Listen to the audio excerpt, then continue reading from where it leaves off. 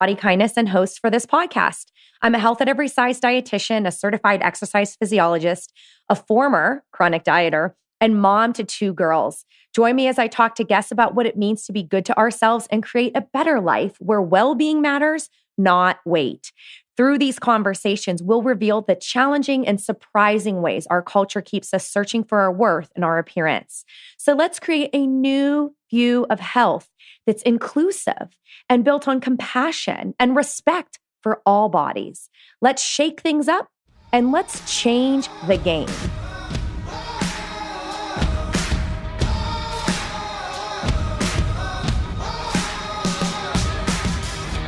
Hey listeners, would you like a little more body kindness in your life? Maybe a signed book is of interest to you, whether it is for you or whether you would like to give someone the gift of body kindness. For a limited time and while supplies last, I am offering an opportunity where you can order books and have them signed by me. So the way that you can do this is visit bodykindnessbook.com/order. That's bodykindnessbook.com/order. And for a flat rate, you can get the shipping included in the United States. If you're not in the US, but you want an English version of the book, I can make that happen, but we just need to work it out over email to figure out the shipping costs, and there's additional procedures. But just want to let you know there's an option there. You can email me, Rebecca@bodykindnessbook.com. I'm really excited to give this opportunity to offer some personalized inscriptions for a book that means a lot to me and hopefully to you as well. In addition, I wanted to let you know that there were a couple of ways where you could get started with body kindness or just get some coaching to your inbox that you think could be really helpful. So if you are not already a body kindness insider, that means you never did the free e-course and you probably did not get invited to join the Body Kindness Insiders group on Facebook. So if you go to bodykindnessbook.com and click Get Started right on the homepage, when you give your name and email, that is going to get you on that free mini e-course. So it's a video, a reflection guide, so you can track things other than calories and steps and all those other sort of external reward and punishment things that we track. We're going to reflect on other behaviors and practicing kindness and yeah, we're going to track movement and sleep and food and some other things, but just in less harsh ways. And then you get emails to your inbox from me. So that is the Get Started kit. And if you go to bodykindnessbook.com and click Get Started, you will sign up for that. And if you're thinking that you could really use a breakup with your scale and that whole idea of that your value and worth lies in how you take up space, then you might like the focused Scale Smash Challenge. And so if you go to bodykindnessbook.com/scale smash, it's bodykindnessbook.com/scale smash. You give your name and email there, and that is going to be a 4-week series. And you're going to get lots of tools and resources, some spiral ups, and I would love to see those photos and videos of you just smashing your scale to smithereens. It feels so good. So give that gift to yourself as well. And just want to give you a couple reminders that we are taking donations for the rest of this season for the Body Kindness podcast. You can check that out at gofundme.com/bodykindness. Welcome to the show, Why Dieting is Still Bad for Your Brain. Hey guys, it's just me, Rebecca, giving a little intro to today's podcast episode. So depending on how quickly you get your podcast, you may be listening to this episode the day before or the day I am presenting on the Neurobiology of Dieting with Sandra Aamodt, who's a neuroscientist at the 2018 Food Nutrition Conference and Expo. So first piece of info. So the conference is called FNCE, FNCE, and it's literally like the dietitian Super Bowl. So it's a big conference. It changes location every year. This year it happens to be in DC, where I'm based. So I'm super excited, to not have to travel, but I'm also going to be hosting two of my very, very good friends, Leslie Schilling, who was a previous guest on the Body Kindness podcast, where we talked about raising healthy eaters with body kindness, and also Wendy Jo Peterson. And together they co-wrote the book called Born to Eat. So we met each other years ago in a pool at another conference. And anyway, we've stayed in touch. We help each other and support each other out through so many things, and truly good friends of mine. We had our children kind of at similar time windows and were able to help each other out. And so I am, by all intents and purposes, having a great time with my friends. I'm sure that I, hopefully, if I haven't given the talk yet, my nerves have subsided. But yeah, this opportunity to speak on a stage with Sandra Aamodt is really meaningful and important to me. So we're presenting with Behavioral Health and Nutrition, which is a dietetic practice group of the Academy of Nutrition and Dietetics. And the Behavioral Health and Nutrition group is a group that is positive and friendly toward health at every size. So if you happen to be a dietitian who's listening and you're not a member of BHN, I would encourage you to take a look at what they have to offer. And they asked us to submit a proposal, and it was accepted. So we're very excited to be able to speak to registered dietitians. And Sandra's talk is really hitting on the neurobiology aspects and some key studies that have taken place through the years, including the very long and expensive study called Look Ahead, that basically showed that while with intensive lifestyle, you can get people to lose weight in a matter of a year, that people do regain weight over time. And it's not just because they're giving up on their habits. There are actually things going on in the brain, and all of which we actually don't fully understand even today. But Sandra talks about how the brain defends a weight range. And so this is part of what the body does for survival. And it's a really important beneficial activity of the brain. So, and then I come in with my part, and I am speaking to registered dietitians about some other important studies that really delve into the concepts of weight stigma and how we need to spend more time understanding that while our brains can learn and grow and develop new positive habits, that it's not likely they're going to result in weight loss. And so if that is scientifically true, and we believe what Sandra is saying, and we believe the studies that we do have that show that over 85% of dieters will regain the weight they lose, even more. And there's also studies that show even a modest amount of weight loss, like 5% of body weight, can lead to improved health outcomes. But what we really have to examine here is that if you take a person who's experiencing weight stigma and say they're 300 pounds and they lose 5% of their body weight, they may improve their medical labs. They may feel better about taking care of their bodies, but they're still going to be exposed to weight stigma. And so I'm spending some of my time talking about how there's a real problem in the systems and structures that are in place, and that I share research from Rebecca Pule on weight stigma and how it interferes with jobs and how we're treated in medicine and the microaggressions people face, anything from the clothes that they wear to seats being too small and just all the different assumptions we make about people that really keep all of us believing that thinner is better and that we should be pursuing a lower weight at all costs.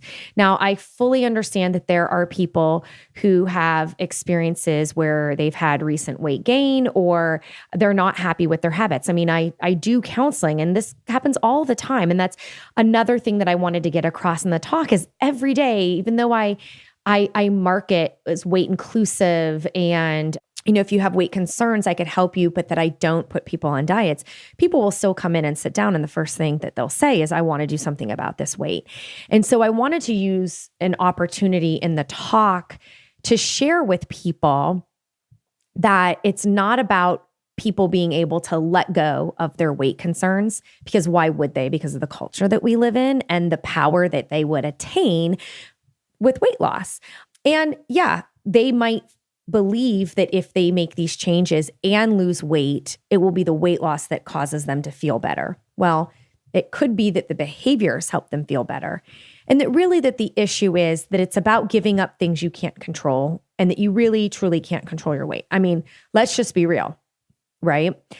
Pull out your license and see what that number is. And hopefully it is honest. I know mine's not accurate anymore, and it's just because I haven't had to update it. It's easy to get renewals.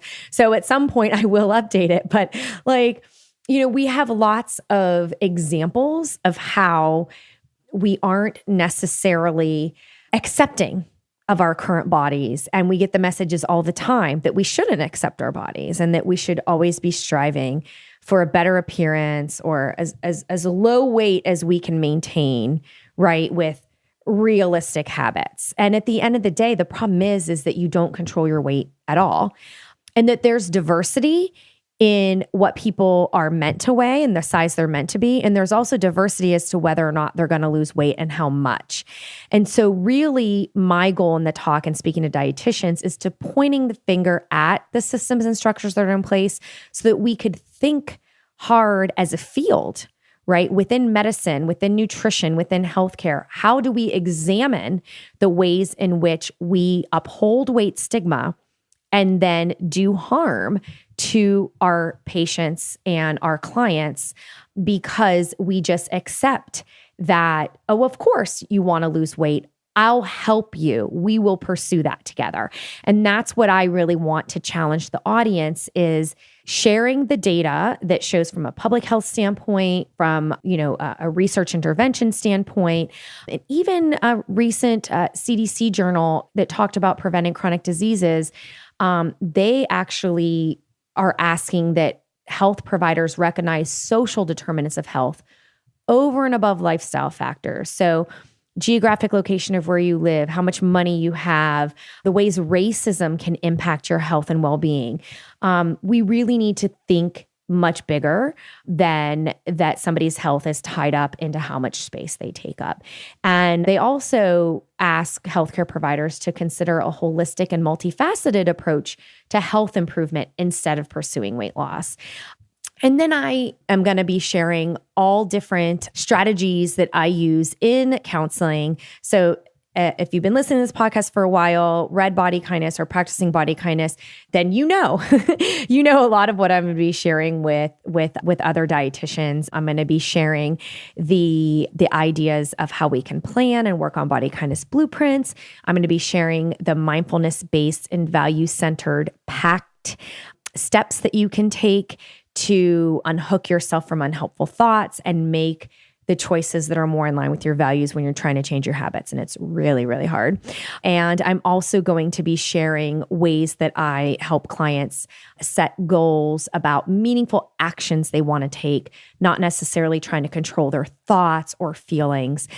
So if you're tuning into this and you're like, wow, that sounds awesome, read Body Kindness if you haven't already. And you can get a signed copy from me at bodykindnessbook.com/order or reread it. So now could be a time where it is a good opportunity to just crack open that book back to the introduction, grab a fresh journal and start over. There is nothing wrong with rereading the book and just beginning again. In fact, I've had readers who've emailed me that said that they've been through it 4 times because each time they read it, there's something else going on in their life, or they kind of ignored one area and focus on another area, and they're kind of ready to evolve to another space. So I definitely recommend that you consider that and take advantage of that. And yeah, so what I thought would be really fun to do with this episode is to play my original interview with Sandra Aamodt about why diets are bad for your body. And so that way you can kind of have a taste of Sandra. I'm not expecting most listeners to be at Fancy. You're not dietitians. But I thought it would be interesting, just to share with you what is happening probably really like if you're listening, anytime the week of October 21st, 22nd, then it's literally super relevant, super present. But if you're listening after that time, no big deal. You could still enjoy our conversation and what she has to say. And hopefully that will help you feel kind of re-energized about the idea of just rejecting anything that you might see that sort of is offering this empty promise of that life is better when you lose weight. One of the ways in which life would be better with weight loss is because you'd experience less weight stigma. But again, that is not your problem. The problem is in the system. And the big thing about body kindness, like always, always, always, it is good to want to change. It is good to want to learn and grow, right? It is good to want to build a lifelong relationship to your body, that feels good to you. So you might not have a relationship to exercise that's meaningful, right? You might feel like it always should be intense. You might feel like it's very difficult for you to make time for yourself to exercise because you have a family. And you might feel like you just need a break from movement. And then you might get to a point to where you realize that, no, movement actually helps me sleep better and helps me manage stress. So how do I be more consistent in it, right? So that would be great to focus on new ways to experience exercise and movement in your body. And a lot of healing can be done there. And we could say the same for food, right? So you might realize that you want to improve your bowel movements. There you go. I always end up bringing it back to poop. But, it could be that. It could just be helping to support your immunity. It could be because you know that vegetables are good for you and you really do want to eat in a way that feels good. You just don't want to feel bad, when you're having a cupcake or a dessert.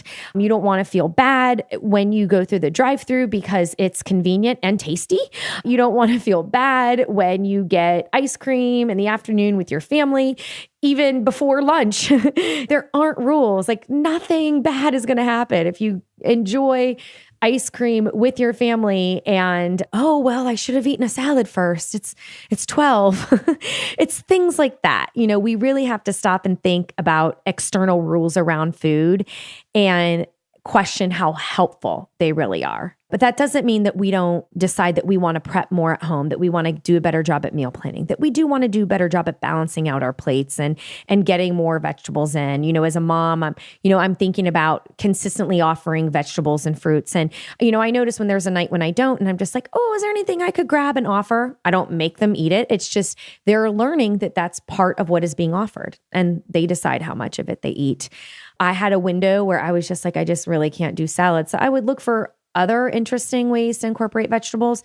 But if my intake went down for a little bit, I didn't worry about it because I knew I'd come back to it. It was just, it's not a good life to me when I feel guilty for every little thing that I'm not doing right, that I'm not measuring up. I can honor my food preferences and notice, hey, let's see what we can do to make some more effort to get some more veggies in. Maybe I will take an hour and cut up some broccoli and roast it and have it in the fridge so I could have it with hummus, or I could throw it into a can of soup, or I can include it in a wrap.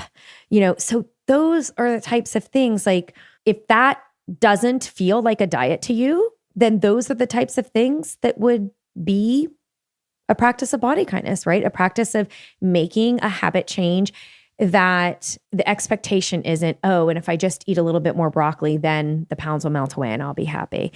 So that is really what I want to help get across, is that when you give up on diets and pursuing weight loss, you are not giving up on self-care.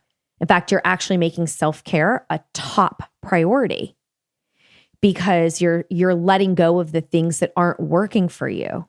It is not creating a better life following these external rules, right? And I have real painful experiences with it. It's time to let that go. Even in a culture that says I must keep pursuing weight loss, that says that my value and my worth are tied into my appearance. And that is what requires so much strength and so much commitment. And yeah, that's basically what I wanted to share and talk to you about today. So I'm really excited for you to re-listen to this episode conversation with me and Sandra Aamodt. I'd love to hear what you think about it. Certainly you could leave a rating and review for the show. You can shoot me an email, rebecca@bodykindnessbook.com. Let me know your thoughts. I'm really excited about some of the upcoming episodes I have planned. I've got some great researchers who are coming to the table. I interviewed somebody whose work I've been reading for a while, who's a fellow dietitian. So I'll just tease it out that way. You're going to have to wait and see when she comes on the show. But one more hint, she's not from the United States. So anyway, I really am grateful to have you listening to the show. I hope you enjoyed the conversation with Sandra Aamodt. And one last thing before I go, I did want to mention an article that came out September 19th, 2018. You probably saw it. I don't know if you read the whole article because it is very, very long. The article is called Everything You Know About Obesity is Wrong, and it's by Michael Hobbs. So I will include the link in the show notes. Pour a cup of coffee, take some time and read this article. He says, for decades, the medical community has ignored mountains of evidence to wage a cruel and futile war on fat people, poisoning public perception and ruining millions of lives. It's time for a new paradigm. I mean, he had me at the title alone. The subtitle, I was like, yes, yes, yes. Well, it turns out as I read the article, you're going to see some amazing photos. There are people I know from the Health at Every Size movement and from fat activism work. And it turns out that he spent, I think, between 12 and 18 months, somewhere in that window, he had said on Twitter that he spent over a year working on this article. And it's long and it's very interesting and fascinating. There are some things that I would complain about in the article. Like he kind of towards the end more gets into a little bit policing with food, like sugar is a problem, just kind of falls in that trap. I mean, sure, there are lots of things we could do to improve our food system, but I would look more to access and equalizing access to food and not having socioeconomic status drive how a person can make their food choices. So food deserts, having the time and the skills for people who have less money to be able to eat just as well as someone who has more money. But on the whole, it is a very good piece. It is well researched. He's a journalist. This appeared in the Huffington Post. And he really did a good job at centering the stories of the lived experience. And I'm sure there are many listeners here who have read the article who feel like you can see yourself in the examples of the people that he was able to include. There's a special note in there about photographs. It says, so many images you see in articles about obesity strip fat people of their strength and personality. According to a recent study, only 11% of large people depicted in news reports were wearing professional clothing. Think about that. Nearly 60% were headless torsos. That's sometimes called the quote headless fatty, and it's wrong and it's so bad. Anyway, it goes on. So we asked our interview subjects to take full creative control of the photos in this piece. This is how they want to present themselves to the world. And that is just beautiful and magical. I love it. I love the images. I hope that everyone who was in the article prints them out and gets a giant, beautiful framed photo because they really are breathtaking and positive. And that is so very important. There are resources for the media. Getty Images has a 67% project that was a collaboration with Kelsey Miller. What was that? Oh gosh, now I'm going to draw a blank on the organization, but I know that she headed that, and it was about getting more visibility. I'll have it for you in a second. I'm Googling as I'm recording. But there's also, so it was the Anti-Diet Project from Kelsey Miller. And I still don't have the name. Well, if you look it up, the 61% project, there is it 61 or 67? Now here Refinery 29. Duh. Brain fart. I'm not even going to edit this out. But yeah, so it's if you can get it through Getty Images and Refinery 29. And it's a 67% project and it's about visibility. You can also get images from, I want to say it's the Yale Rudd Center, where they have images of higher weight people in a positive light. I know as a freelancer, I've asked my editors, I say, please, in this article, please use a higher weight person. Please don't cut their head off, and I'm making specific requests to try to improve that because that's not the message that we want to be sending to anybody about a vast majority of Americans whose BMI fits the overweight or obesity. That is weight stigma, and that is all part of what we need to fight. And regardless of, the thing as you read this article, the thing to keep in mind is that we don't know anybody's health story except for what they share with us. But notice what readers' beliefs and opinions are. And it's not always the case that we should be ever judging based on what we see. But those assumptions that we make are part of culture.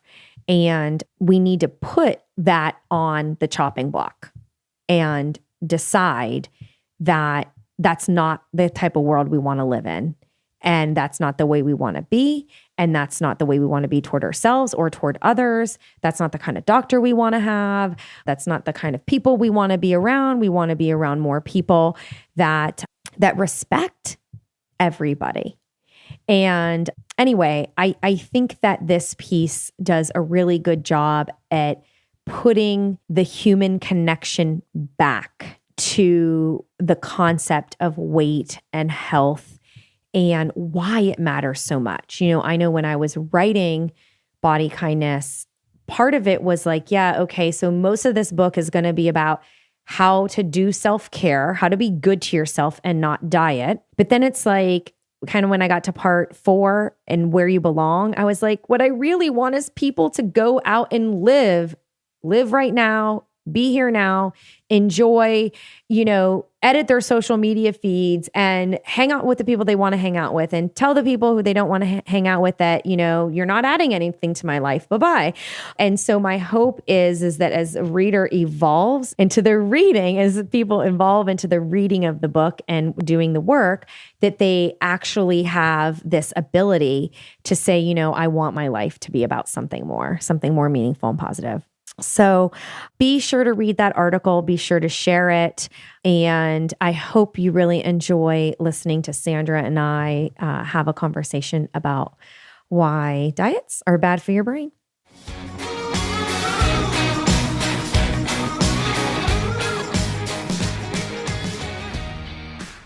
Sandra, thank you so much for coming on. I'm so excited to talk to you today. Yeah, I am too. Let's, before we dive in, let's let folks a little bit more in on what your current work is involved with and a little bit more about your background. Well, you did a pretty good job of summing it up there. I work in all kinds of scientific communication. I use my PhD knowledge of neuroscience to help people write grants and papers. And then I also try to tell people who don't know anything about science what they need to know to live their best lives. And that's where my books come into things. So specifically about the Why Diets Make Us Fat book, you talk about kids and your friend's kid dancing with an eating disorder. You dieted when you were younger. So it seems like this is a real personal passion for you. Is there something you can share with us about that? I really felt like I needed to write this book. I've never had such an intense drive to do a book as I had for this one. And it's mostly because, what happened to me as learning to diet as a child and continuing to do it over and over and over and over again as an adult, because as an overachiever, I just kind of felt like having a perfect body was one of those things that was expected of you. And then seeing both the science of why that doesn't make any sense and also the damage that it does to people, my friends' kids. I just felt like I had the knowledge and therefore the mission to explain this to people. Mm-hmm. And so I went from just cornering people at parties to finally getting to write this book, which I'm really excited by. Yeah, I mean, it's a wonderful, very important read. I appreciated it as a fellow scientist, right, with my bachelor's in chemistry and then the nutrition degree too, that it's very well researched and evidence-based. And there's that component, which you need. We need to have rational and empirical evidence. But then there's also personal story, right, that reads a little bit like a memoir would read. And that, so it kind of lets you blend the two, because so how I first heard about you was actually your TED Talk. And that just went crazy viral. How many downloads has that TED Talk had? We're approaching 4 million now. I haven't checked it lately. Oh gosh, I'd be like every day, click, click. I don't know how you hold it. Well, I mean, it's been over a year since it came out. I assure you, I was checking it multiple times a day the first week. Yeah. Oh my God. I mean, what an amazing opportunity and stage. How did that come about? You won't believe this, but it actually was a deliberate decision on my part to try to do something to promote the idea so that somebody would ask me to write a book. No, that's great. I mean, that is crazy. It was the world's stupidest plan. It worked out. It worked. Yeah, you could say that for it. I'm not the kind of person who would ordinarily want to do a TED Talk. I'm an introvert. Public speaking isn't really my thing. But I have a good friend who's a neuroscientist who also turns out to be an advisor was at that time an advisor for the TED people on how to get credible neuroscience into their talks. And she asked me one day, did I know anybody who would be interested in giving a talk? And I did that thing that women supposedly don't do. I said, yeah, me. I love it.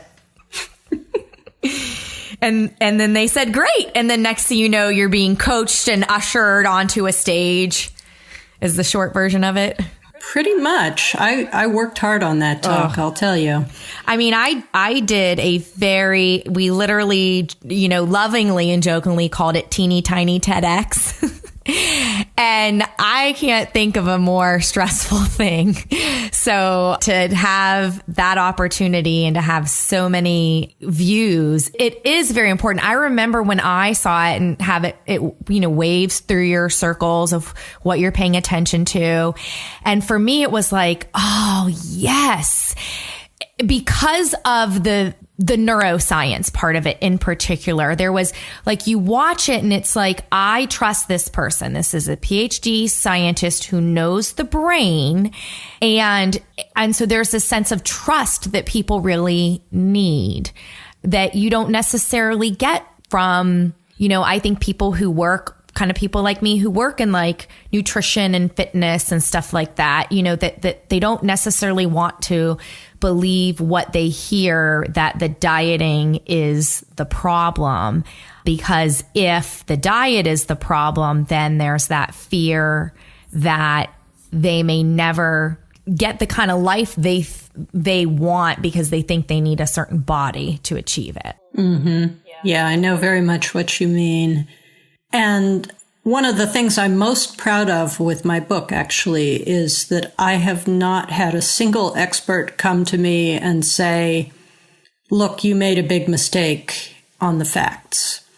I've had lots and lots of arguments with people who say, given these facts, I would do something else than what you recommend. But I've never had anybody come to me with a serious problem of fact. Reasonable people can disagree on what to do, but I think more and more people in the field who are real experts on this stuff are agreeing both that diets don't work very well for most people and that you can go a long way toward improving your health without worrying about your weight. Mm-hmm. Yeah. And both of those messages, I mean, they need to be heard everywhere. Families, doctors' offices, schools, churches, written in the sky, because it is the exact opposite of what we're conditioned to believe. We're conditioned to believe that our body is the problem and that there's some type of salvation in changing our appearance. And even when the health card is played, we know that evidence doesn't hold up as well. But, it's about cracking the nut of the belief system of this is what is good in our culture and this is what is bad. And you can't do that without trustworthy and reliable information. It's not the only thing, but it needs to be there in order to make an argument for why we need to change our beliefs as a culture.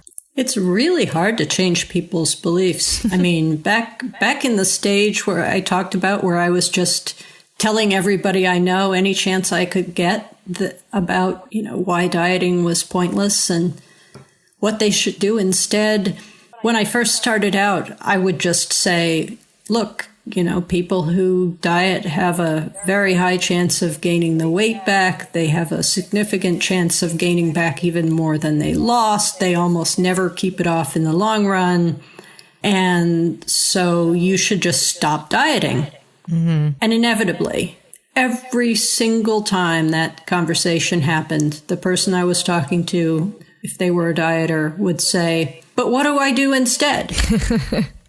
And I would say, don't diet. I mean, why is that hard? Just don't diet. And they would say, but what do I do instead? Mm-hmm. And I would say, I don't care. Take up riding the unicycle. I mean, anything would be better. Yeah, anything would be better. I love that. You can't actually change people's behavior with a negative message. Mm-hmm. And so by the time I did the TED Talk, by the time I wrote the book, I had spent years working out a fully formed answer to the question, what do I do instead? Mm-hmm. As a purely practical matter, because that was the only way it turned out to get people to listen. Yeah. I often will have, I've heard this many, many times, from clients, from friends, from Bernie Salazar. He actually was he's a friend of mine now. He was a former contestant on The Biggest Loser, season 5. He was actually, I'm doing air quotes, you can't see them, but he was the at-home winner of season 5. And what I hear is, well, the only frame I know for health is dieting, weight loss. Like that is what health is. So if you're telling me to do something different, I need to know, what the hell do you mean? Mm-hmm. Okay, well, there's so many good things I want to get to. Let's actually break it down, the issue of dieting and the brain, and they're basically not friends. So what are some simple ways that you can help people understand the important work their brain is doing and why it's never going to be in line with the structure of dieting? So the first thing that people need to understand before any of the rest of this makes sense is that body weight is regulated by the brain. It doesn't just randomly go wherever you push it. So when people say, oh, well, you can bring your weight down if you just have enough willpower, that's actually exactly like telling somebody, oh, you can bring your blood sugar down if you just have enough willpower. There's a lot of stuff going on where there are all kinds of feedback loops in the brain whose only job, 24/7, 365, is to make sure that your weight stays within a range of about 10 or 15 pounds that your brain has decided is right for you. And your brain did not necessarily consult with your mother or your doctor or your culture in deciding what that range should be. But if you go outside of it, you are going to hear from your brain in some pretty powerful ways, with the aim of getting you back into your correct weight range, what your brain thinks is correct. That makes a lot more sense if you think about it as a long-term evolutionary strategy, because for most of human history, our biggest threat has not been gaining too much weight. Our biggest threat has been losing too much weight, starving to death, not getting enough food. And so all of these guardrails that exist in your body to push you toward maintaining the correct body weight for you are biased in the direction of preventing you from losing too much weight, because historically, in the long term, that's been really dangerous. We've only been maybe 100 years now in a place in history where gaining too much weight was even an option, let alone a threat. Much of the world still isn't. I mean, there are still people starving to death. This is the basic human condition that we have evolved systems to deal with. So what happens if you get too far below that range is that your brain increases hunger dramatically. It makes food actually more rewarding to you. And it also decreases the number of calories that your body burns.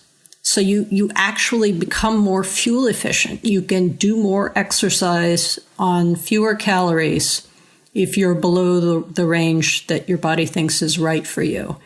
And that would be great news if what you needed to do was walk 5 miles to the next berry patch to get some food.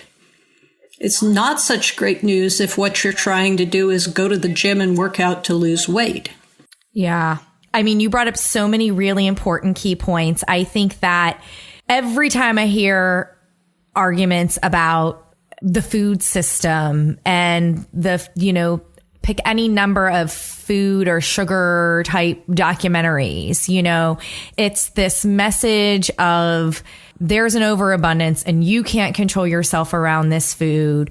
And, this thing is out there trying to kill you, like making you even more afraid. And we don't stop and think about that. I mean, we still have hunger, even in America today. I live in Washington, D.C., probably 5 miles from hungry and homeless kids. And you're right, like that we have to understand that we are animals and that our brains have only evolved so much through the years, and they're set up to help us make sure we don't die. And then kind of add on to that the whole idea of like dieting and diet culture and where it came from. And I don't know, who knows, you can go back maybe deeper than this, but I know that it's often cited with just the invention and the patent of the bathroom scale. And like, okay, we're going to like market this hunk of metal and tell people this is what you need to monitor in order to know every day at home if you're healthy or not. That it was much more about sales and marketing, whether it's devices you need or the health halo processed and packaged food that you need to overfill as opposed to just enjoying moderation and everything like that. So we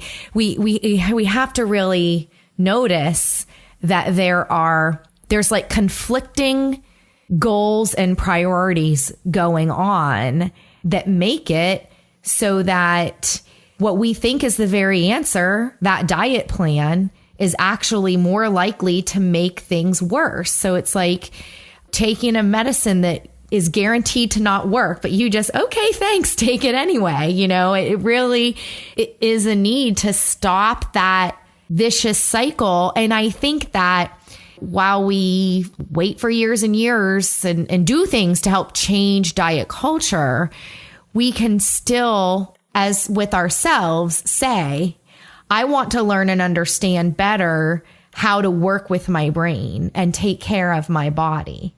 And I'm glad you went over set point, because I feel like when I talk to people about it, it's kind of like, it's almost like they don't want to believe that's what happens. If they see one person, if they have one example of a success story, and I have to tell them, it's like, but you might be looking at the down cycle of a weight cycle and not necessarily a few years from now. And I know you talk about that in your book. So any sort of comments on that, the idea that it's cyclical, and that if your brain is doing its job, you're likely to weigh more, or you could weigh more after your diet than before you even started.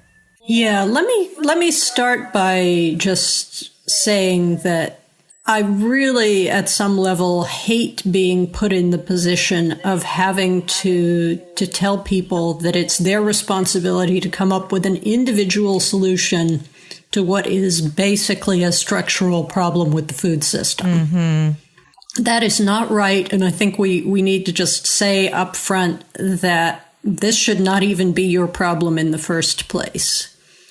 Yeah. And you're meaning things like there are policy decisions that influence food prices and food deserts, kind of like all those socioeconomic status. There's all these things that impact our availability and access to food that we shouldn't be having to deal with. Right. Okay. There are lots and lots of people in positions of power who could be making better decisions about promoting the health of the people that they govern. Mm-hmm.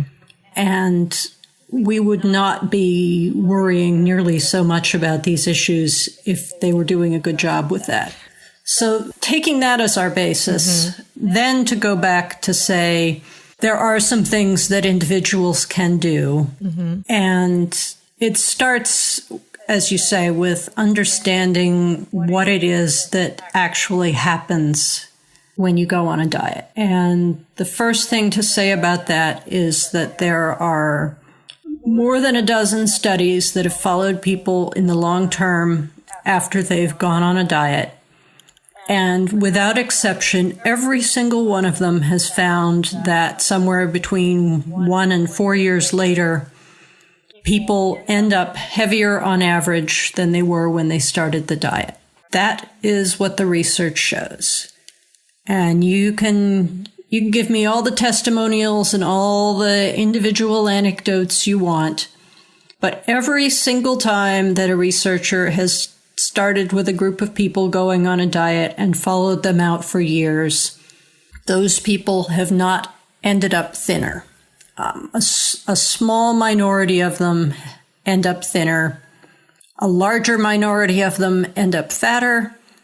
And most of them end up right back where they started. Mm-hmm. Which is almost what we would expect from the human condition, right? Which is exactly what we would expect from a regulated system that has stronger controls against weight loss than against weight gain. Mm-hmm. Period. Anybody who wants to tell me that diets are the correct solution needs to grapple with those findings. You are prescribing an intervention that has been shown over and over again to be not just ineffective, but to actually make worse the problem that it is purporting to solve. Yeah.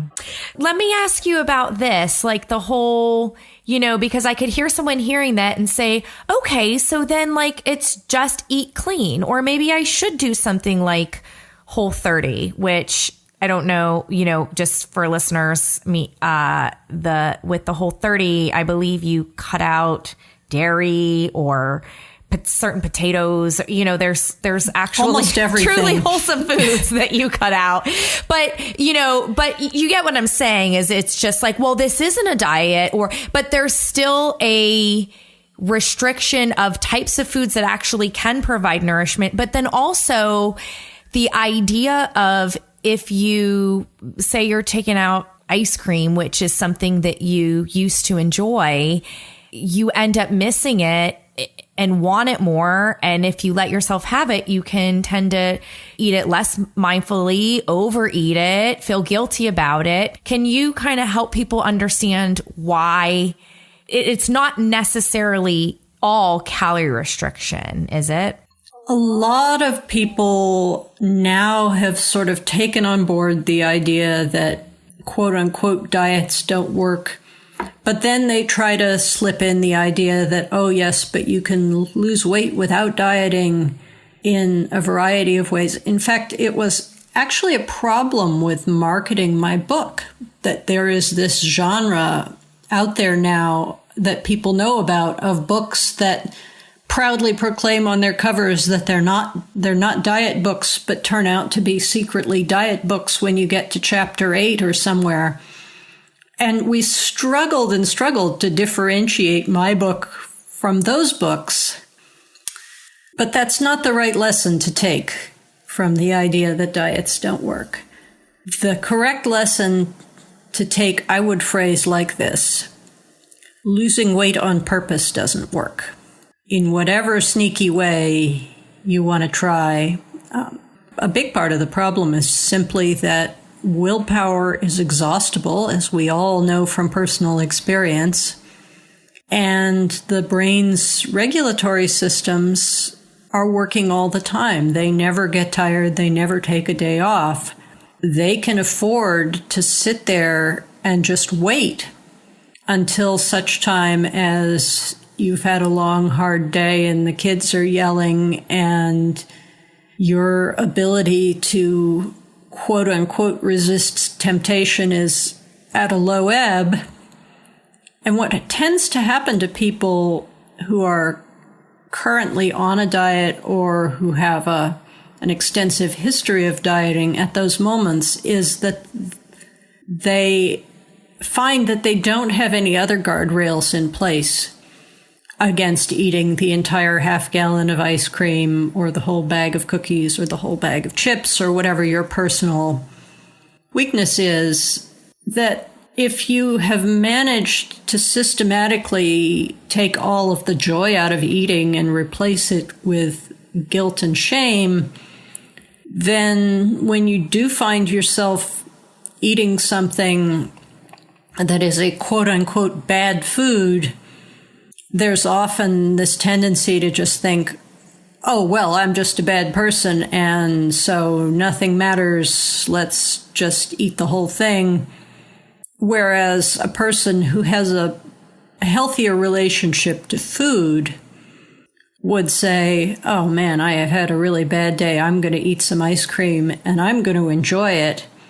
And having enjoyed it, then actually feels better and doesn't get into this whole spiraling down cycle of, I hate myself and I'm going to do something that's going to make my body and my mind feel really terrible because I have committed the sin of eating ice cream. Yeah, no, I agree with you wholeheartedly. I mean, it was my own personal experience that there were rules that I needed to follow if I wanted to look like the people I was reading about in the magazines or even my friends, you know.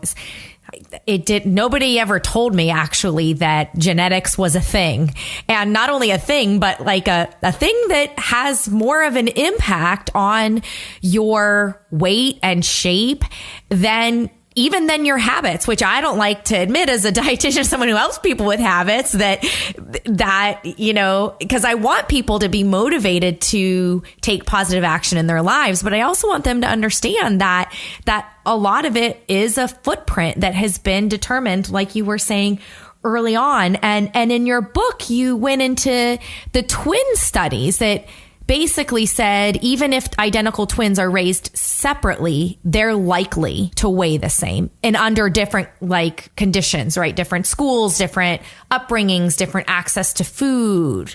Yeah, that's right. So I think the easiest way to think about genetics is that it creates a set of possibilities, not a single possibility.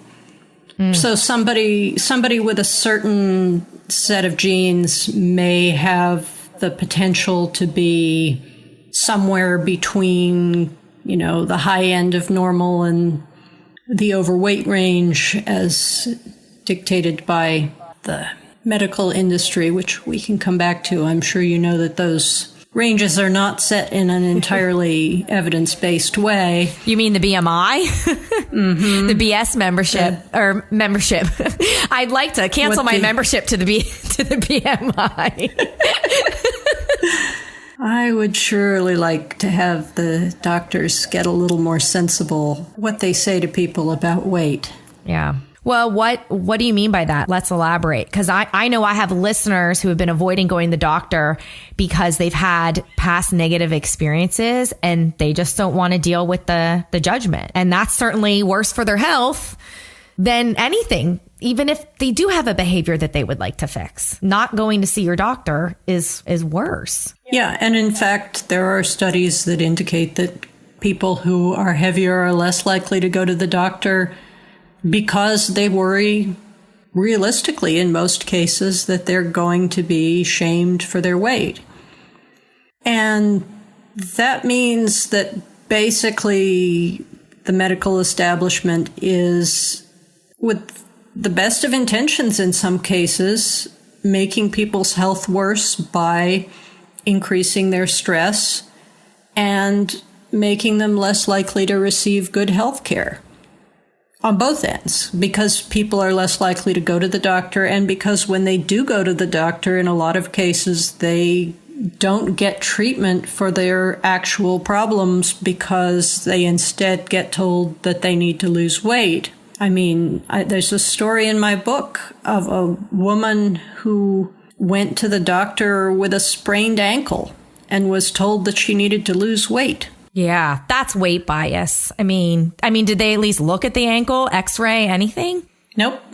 Yeah. He just said, well, of course your ankle hurts. You need to lose weight. And she said, but I stepped off a curb last night in my high-heeled shoes and twisted my ankle. I think it might be broken. And he said, well, you need to lose weight.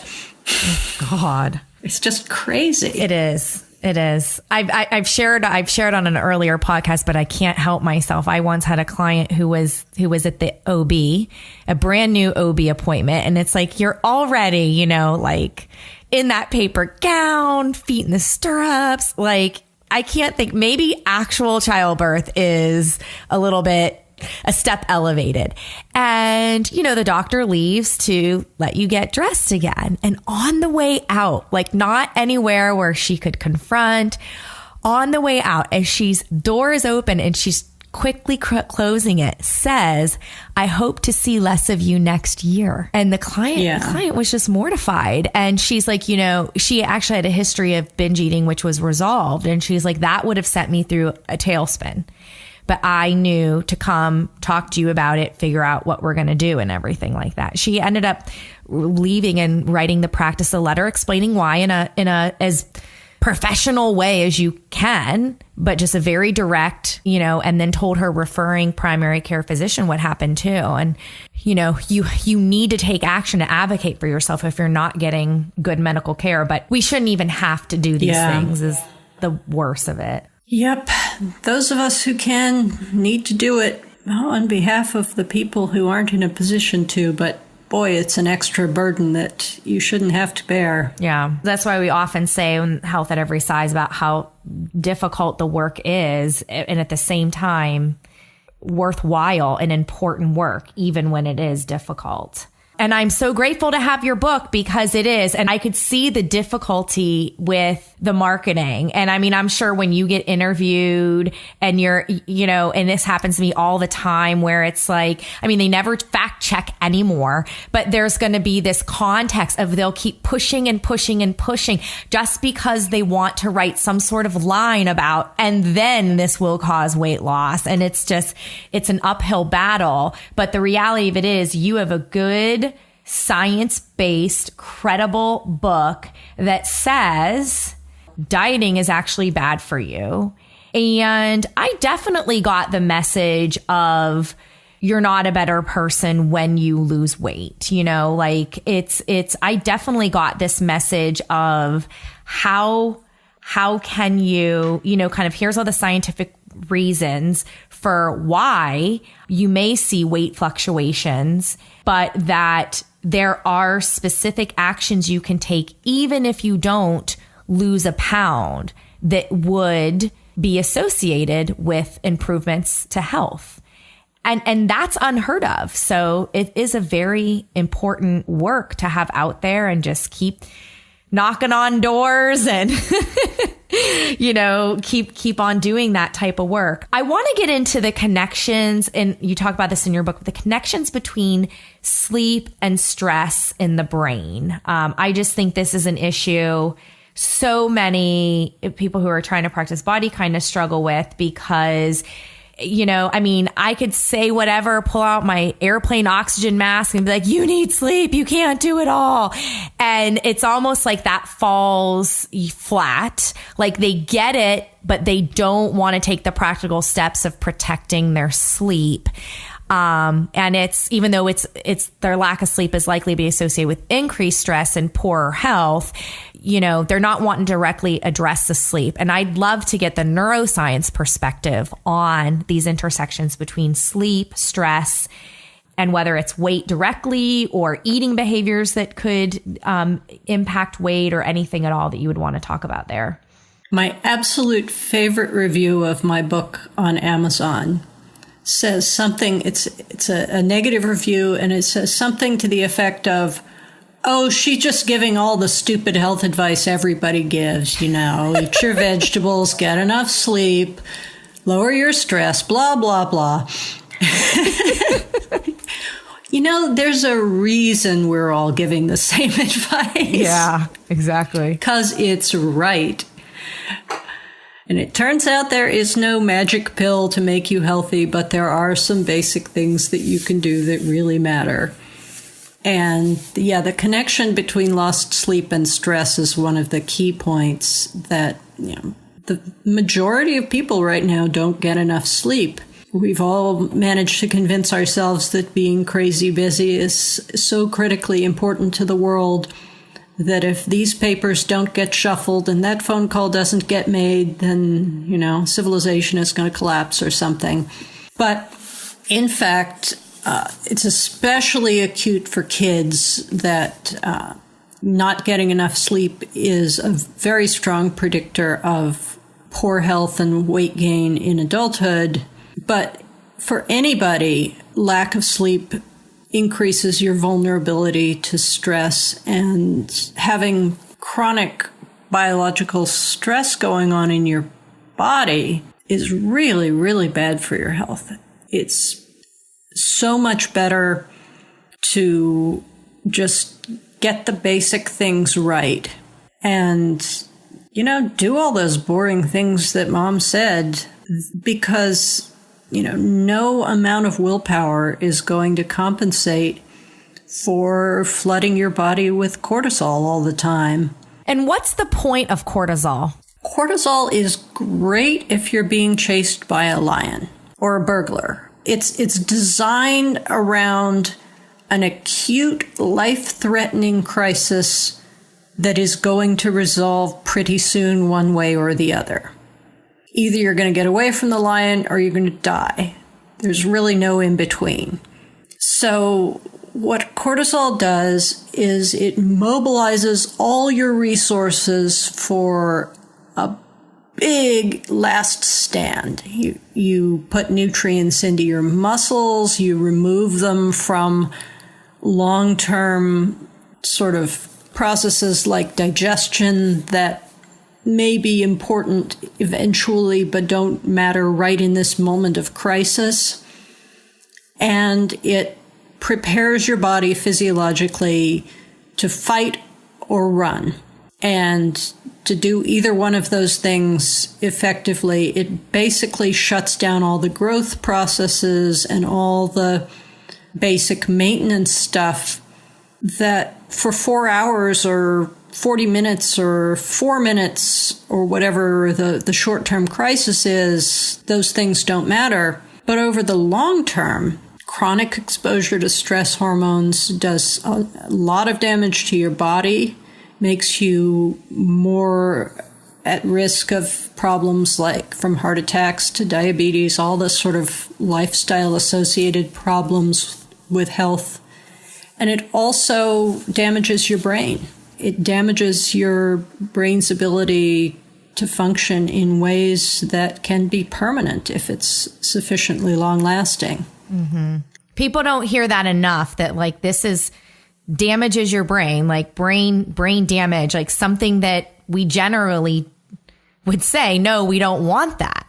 But, we tend to downplay, oh, I just want to lose like 5, it's like it can really have severe consequences. Yeah. And in fact, people have measured increased stress hormones in dieters. Dieting is physiologically stressful. So diets are stressful, and the brain fights them. It's going to fight back basically and try to. So basically it works like this. You decide that you're going to try something to try to manipulate your body. And even if in the short term, right, it quote works. So you see some weight loss, or maybe you feel better because all of a sudden you were cooking more at home or something like that. But if you do things that you can't sustain the rest of your life, that aren't about you making positive self-care decisions, you run the risk of going outside of your set point, plus not building a habit, And your brain sends this feedback, right? Of that you said it makes food more palatable. You have an increased drive to eat it, completely out of your control. Like you can't turn this off. And the whole act of dieting is stressful and can lead to damages in your brain. Anything else? I think that's plenty. Well, I have to bring up my favorite quote of yours from the book. And it was talking about sources of stress. And you used the term social subordination. And you said, people are the champions of making others of their species miserable.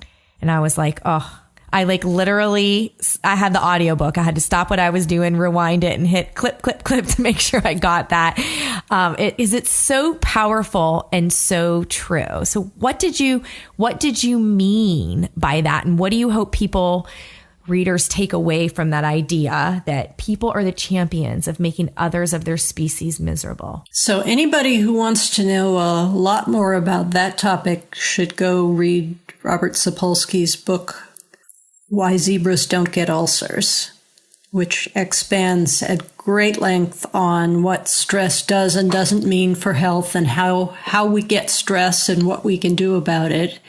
And he's the one who's done some of the research on how various primates enforce their dominance hierarchies and what that means biologically for the subordinate animals.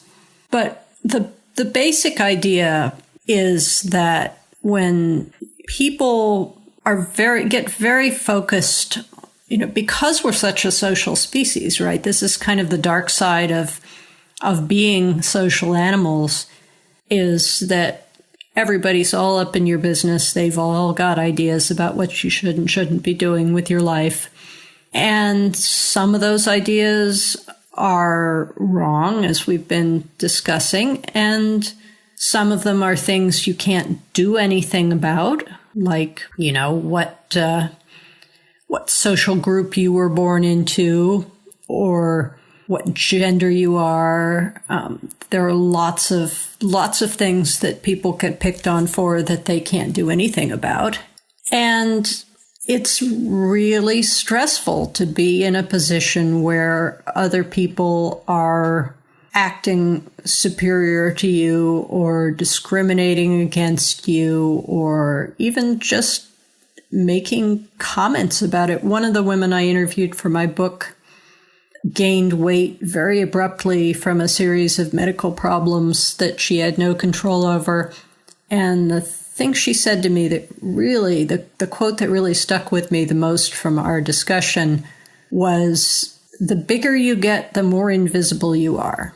She was talking about trying to get service at a fancy department store that she had been to many times when she was thinner and being ignored by the clerk. And that's a basic example of how social hierarchies get enforced in ways that are sometimes subtle and sometimes not very subtle at all. Mm-hmm. Well, yeah, I remember reading about workplace discrimination. I believe the stat is that people in large bodies are basically competence and intelligence is judged based on weight in the workplace. And that for women, it could start at a size 14 and 67% of American women are a size 14 or higher. And so it's like when you represent what our culture is saying is somehow not good, how are you supposed to have what you need to survive and thrive in that kind of culture? Yeah, it puts a lot of burdens on people to take care of themselves. And as you emphasize a lot, I think one of the most effective ways of taking care of yourself in a situation where you're under social stress of some type is by banding together with other people in your group to form a support network. Mm-hmm. Yeah. Where you're spending more of your time with people who can say to you, yes, this is a normal human condition and we're just fine, thanks. and less time with people who say, oh, that's wrong and you shouldn't be the way you are. Right. Then you pick up more of that message of that that there is something wrong with me or that I am wrong. Mm-hmm. And yeah, I mean, I certainly agree 100% with doing what you can to create the kind of environment that is going to be likely to help lift you up, and try to avoid isolation island where you say, I don't want to bother them with this problem, or, oh, maybe I shouldn't bring this up, because it becomes even more stressful. I do want to transition to, because, we're running short on time, but I would like to ask you one more question if we can, that has to do with your brain and mindfulness and mindful eating. And I never, and we talked earlier about you don't say do this and then you'll lose weight. But it's if we're not dieting, one of the things that we could be doing is awareness and paying attention. So why is mindful eating so aligned with how the brain, prefers to work, and so that we could use that as our guideposts instead of the food rules? So I mentioned earlier that the problem with willpower is that it's not on the job all the time, whereas your brain's food regulation systems are. We can take advantage of that by moving away from a diet-based mentality where we're supposed to use our willpower or our reasoning skills to try to control food intake, and into a mindful eating frame where we eat in response to hunger and stop in response to fullness. Because hunger and fullness are controlled by parts of the brain that are on the job all the time and that work mostly in an unconscious way. So instead of giving all your attention to the difficult job of trying to control what you eat, what you do is you use mindfulness to improve your awareness of hunger and your responsiveness to hunger, which requires a commitment to actually allow yourself to eat when you are hungry.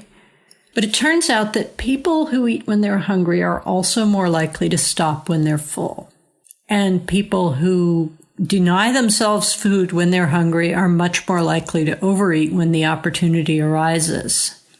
So moving into a mindful eating approach really helps us to free up our willpower to do other things. And almost all of us have aspects of our lives that are more important than our bodies, than our appearance, than what size clothes we buy.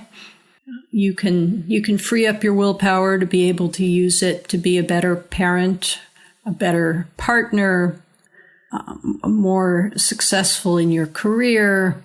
There are lots and lots of applications of willpower that I personally think are a lot more important to the quality of our world than whether you can still fit into your pants from college. But also because this mindful eating doesn't require the constant application of willpower, it can become, and for most of us who take this seriously, does become sort of a background process that doesn't require full attention in the long term, so that not only are you aligned better with what your body really wants, but you're also not stressing out about how to get there. You can be much more relaxed and have basically a friendly relationship with food, which is the biggest change to my own quality of life since I stopped dieting. That was something of a surprise to me. It was all of a sudden, it's no big deal. Yeah, it's why did I worry about this so much? I know. Sometimes I have to try not to get angry about my past. That's I always say it's part of what made me who I am today and what I do. But it's you feel this missed. What did I miss out on because I was so stuck in diet mind and with the diet culture and just overthinking every little thing. And I'm so glad you brought up this point, because when people are not as far as long as you are, right? When you're at the party saying, hey, don't diet, and they ask about that, what to do, there is a lack of trust of what comes next. And there's this lack of a sense of ease, and it does get easier. There are things that we're still in diet culture, and there are things that I can do with relatively ease that if I was obsessed over dieting and food rules would be much, much harder. So while it might sound unhelpful, like, I don't know, just gets easier, that it's to hopefully have some sort of trust in that you've got to go through the process in order to experience this result of comfort and ease and trust and no big deal around food. Yeah. I tell people, give it a year, see what happens. You can always go back to where you are now if you want to. Yeah.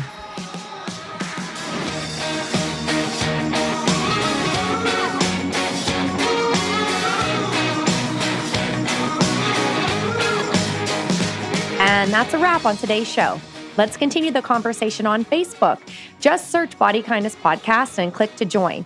And if you can contribute to the production costs for the 2018 podcast season, visit gofundme.com/bodykindness.